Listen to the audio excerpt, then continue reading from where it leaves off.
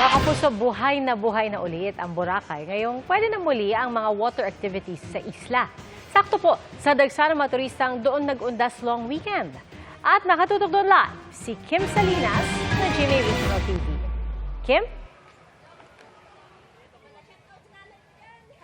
Yes, Pia, ang binabalik-balikang water activities ng beachfront dito sa Boracay ay kumbaga dagsa na o buhay ulit sa pagdagsa ng mga turista ngayong long weekend.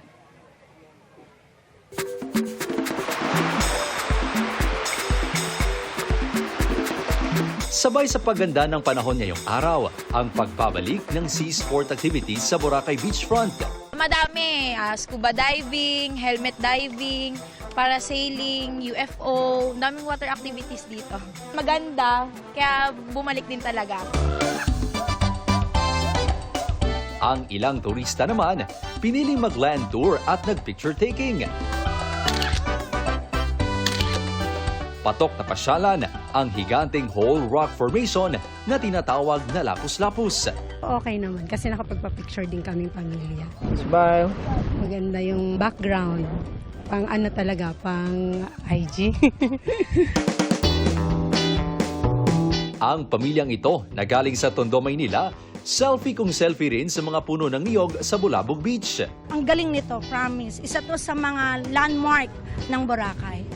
Sa datos ng Malay Tourism Office, mahigit 16,000 ang turista sa Boracay mula October 30 hanggang November 1. Dinayo rin ang dalawang sementeryo sa Boracay.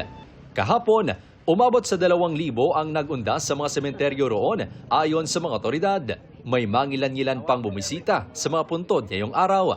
Gaya ni Alan na may trabaho kahapon, kaya ngayon lang nagka-oras para dalawin ang namayapang pinsan.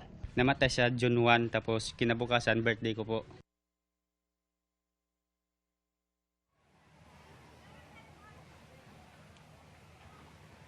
Pia, wala munang beach party sa isla ngayon dahil nasa official travel ang in-charge nito at inaasahang babalik sa second week ng November.